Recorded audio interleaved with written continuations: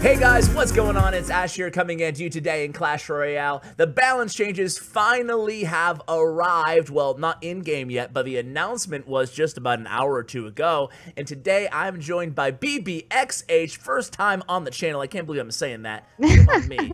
How you doing, BBXH? I'm doing well. Hi. Thank you so much for having me on your channel. I'm honored to be here. I am honored to have you. Today we're going to discuss the balance changes and give our take on, how the game might change because of them, whether we like them, whether we don't like them, all that good stuff. So let's hop right into it.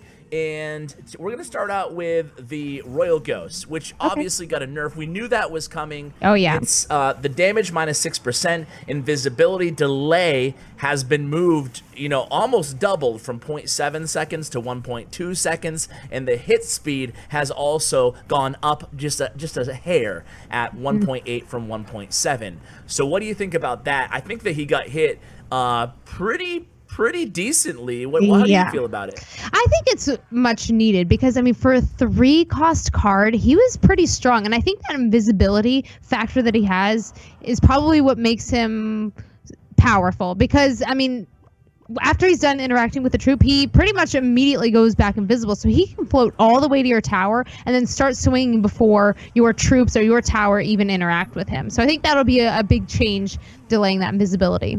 Yeah, I find that especially annoying, and you kind of hit the nail on the head there. It's not so much that you can get to your tower when invisible and still get a shot off. Like, I'm okay with that. I just hate when, you're defending with whatever, like one of your troops dies, and then he goes invisible in less than a second right now. Yes. So, boom, all of a sudden he's back invisible and he's at your tower again. So, yeah, I'm happy with the nerf.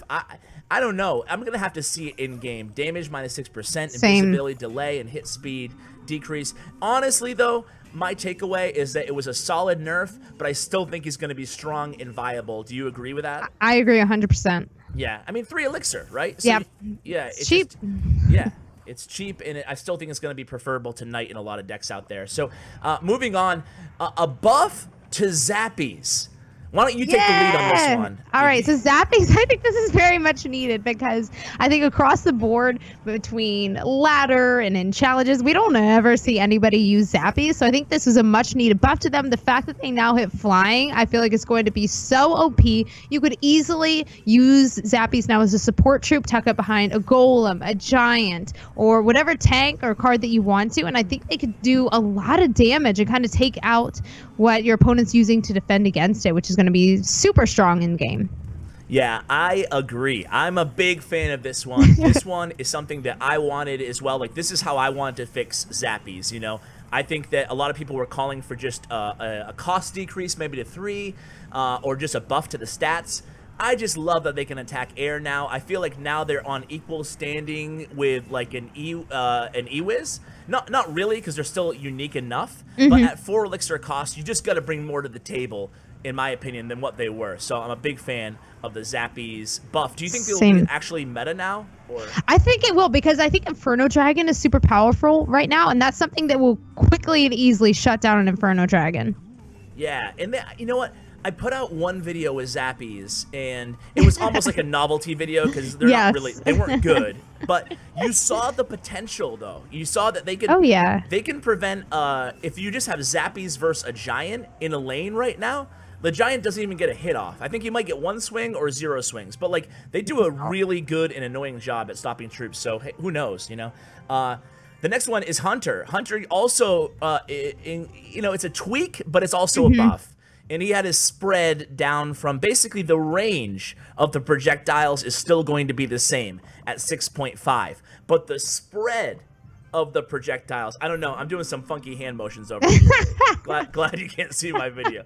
The spread is, the spread has increased, decreased to 4 from 5. What do you think about Hunter, BB? I think that's a smart choice. We do see him in some gameplay as it is, but of course the best part about him is the closer that he is to a troop, the more, or a tower, the more damage that he deals. And so now that that range is narrowed a little bit, he has the potential to do much more damage in one of his shots than before, because everything kind of spread out everywhere, and you might hit some stuff, you might hit others. So I think it'll be useful. Yeah, me too. I actually think that this one might have been I don't know. It's small enough where, you know, mistake is a strong word, but I'm not sure I'm hugely in favor of this one, only because I think that Hunter was actually pretty good already, even though the usage rates weren't super up there, but the win rates were up there, and I saw like a lot of pros in CR Worlds using him as well. So I think that this will make him even more viable. The one thing I like about the Hunter is that his bullets don't go through the target, you know, like Executioner does. So true. That kind of mitigates his power. So I like this. I think it's a good move, although I do think the Hunter will be a pretty viable card now. Next card is the Night Witch. Initial bats spawn quicker. And also, we should probably just talk about the bats. True. Its speed increase from 1 to 1.1. So a nerf to bats and a buff to Night Witch. How do you feel about those? I think it's an okay change. I didn't really foresee anything wrong with bats just because I feel like Zap just takes him out immediately. So I feel like it's an okay change. We'll see how it changes. I feel like this could potentially end up being kind of the Larry situation with the skeletons, where we go from 3 skeletons to 4 to 3 to 4. But I don't know. What do you think about it? Well, a nerf to the bats, I think that was okay in my opinion, just because bait has like you kind of hit the nail on the head with the zap working so well against them, but now it feels like everything has become zap bait to an extent, you know, True. with Skeleton Barrel, with Inferno Dragon, with skeletons and everything like that, right? So, and bats, I feel like this makes sense to me. I'm happy with it. I'm happy with the zap nerf, and I'm happy with the Night Witch buff. Basically, the Night Witch buff is just to make up for the bat nerf, to make Night Witch still viable, and I'm okay with that. So moving on, we have Lava Hound hit point plus 5%. What say you? This is another one that I'm just not 100% sold on yet. I guess we'll see how it goes, because I think consistently Lava Hound or Lava Loon has been just a consistently strong deck archetype, and we don't see it super often right now in competitive gameplay, but I feel like that's kind of everybody's backup deck to use. So I think to increase that Lava Hound's, I don't know, his HP, we'll see. I have to wait, and I have to see how this one goes. I'm not sold on it yet. Okay, all right. I like that. I like the negativity. Keep it up. That's rare from you, so I'm gonna embrace it. So no, but I'm gonna disagree with you then slightly. But hey, maybe I'll have to eat crow later, which is not something that's unfamiliar with me. So I think that I like it because I feel like Lava Hound's in a weak spot right now, especially with Executioner not being touched at all, Tornado being so strong, Hunter getting a buff, Zappy's now targeting air. You kind of see where I'm going. I feel like the odds are a little bit stacked against Lava Hound. As much as I hated when Lava Loon meta, you know, what was it, a year ago, it felt like everybody was playing Lava Loon. As much as I hated that, you know, we still have to acknowledge, in my opinion, that a lot of cards have been added that counter Lava Loon. So we'll see how it goes. But you know, we'll revisit this one in the future. Goblin Hut received a nerf. Spawn speed 4.9 from 5, basically reducing the total spawn 1 less Spear Goblin. Is that enough to make a difference? I think perhaps it might be. This is obviously super popular right now, and I think it's been this card that players have been kind of sliding into a variety of deck archetypes, and it's one of those things that it's really not impossible to deal with. It's just a little bit annoying to deal with, so maybe taking out that 1 less spawn will make it just a little bit less annoying. I think this is another one that I have to kind of wait and see how it does in the gameplay, but I think it was a good choice on this one. I like this nerf. Okay, I like the nerf too. I think that Goblin Hut, it's not that I feel bad in a way, because Goblin Hut just made its way on the scene again, right? True. You know, it's finally seeing some light, and then they're like, no. But at the same time, man, Goblin Hut's got its spawners. It got to be like one of the most annoying cards to go against, I feel. So, you know, I guess I'm okay with it. It is a pretty small nerf, 1 less Spear Goblin. It still has a ton of HP, the Goblin Hut itself, you know.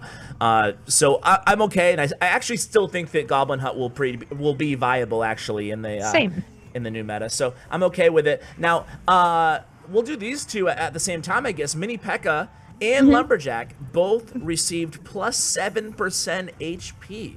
Pretty sizable and maybe unexpected buff. What do you think about those? Yeah, I'm a little surprised. I mean, I think it's fair that they both got the plus 7, because they're both just such similar cards.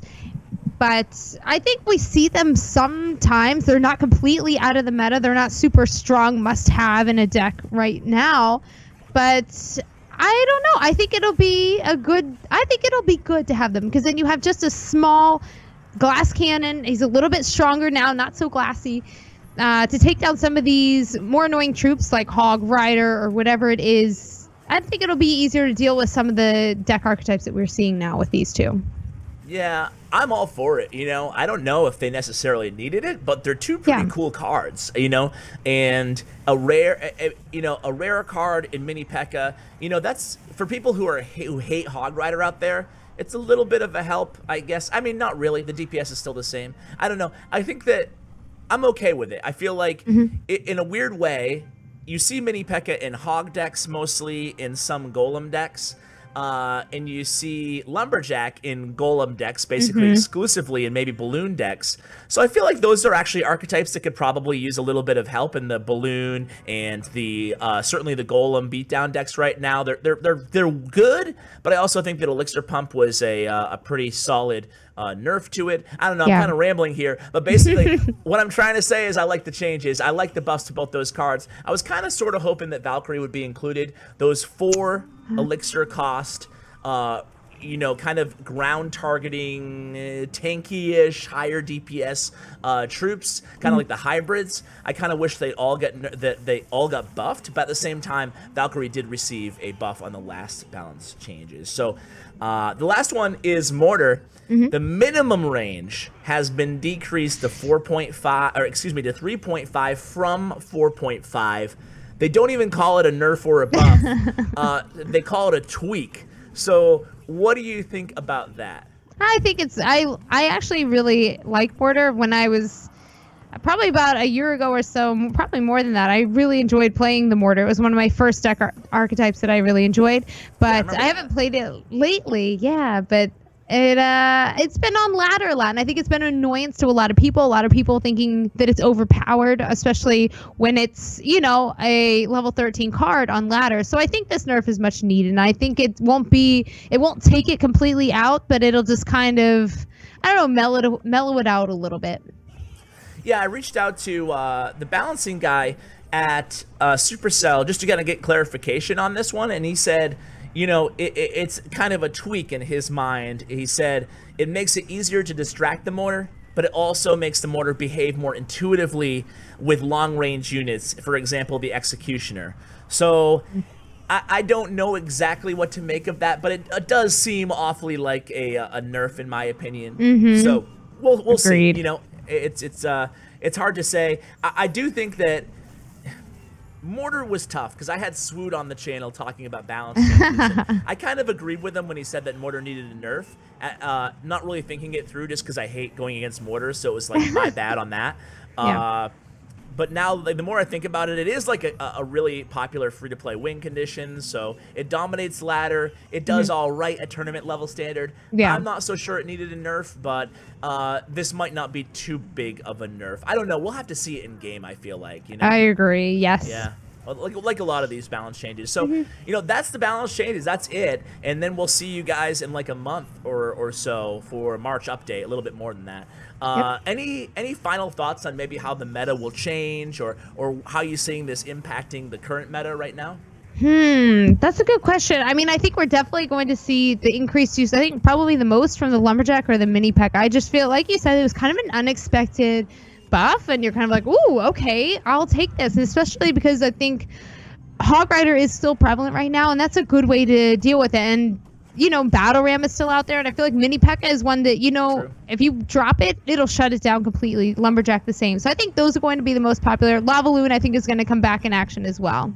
Yeah, and you think about it too, is Mini P.E.K.K.A. and Lumberjack can now really go mono with a Royal Ghost better, you know, after the nerf and then the buffs. So yes, very true. I think that you could be onto something here. I think that we might be seeing more beatdown, you know, Golem, Lumberjack.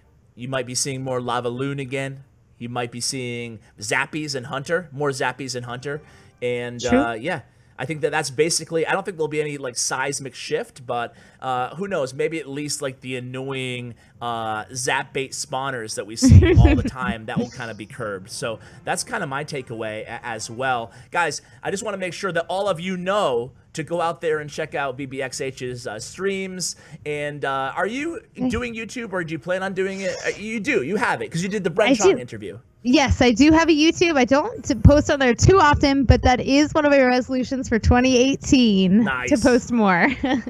All right, sounds good. And I definitely, I mentioned this to my subscribers the other day, but they should definitely check out that Bren Chong interview. Yes. You guys already know he's my YouTube partner, but he's also partnered up with BBXH, and she just did a fantastic interview with him. And yeah, you guys should honestly watch it if you have any business aspirations or you just want like life tips. How was it going to the Philippines? It was amazing. It was beautiful weather there. Going to the beach at Boracay was beautiful. Awesome. And of course, it's always good to see Bren. And yeah, I think this video was great. And I mean, he's kind of opening his doors to people out there, and people have had so many questions about him, or, you know, I'm sure they reach out to you like they do me, you know, wanting to get in contact with him. So it's beautiful that he's opening his doors to do that for everybody out there. He is like the most generous guy in the world. I know. And he does so much. But yeah, we could go on and on talking about Bren. But true. Yeah, it just whatever. I watch the interview is what I'll say. But I guess that's gonna do it for today, guys. I want to hear what you think of the balance changes. Make sure you leave a comment in the description, Leave a comment in the description. Hack into my YouTube and do it, guys. I dare you.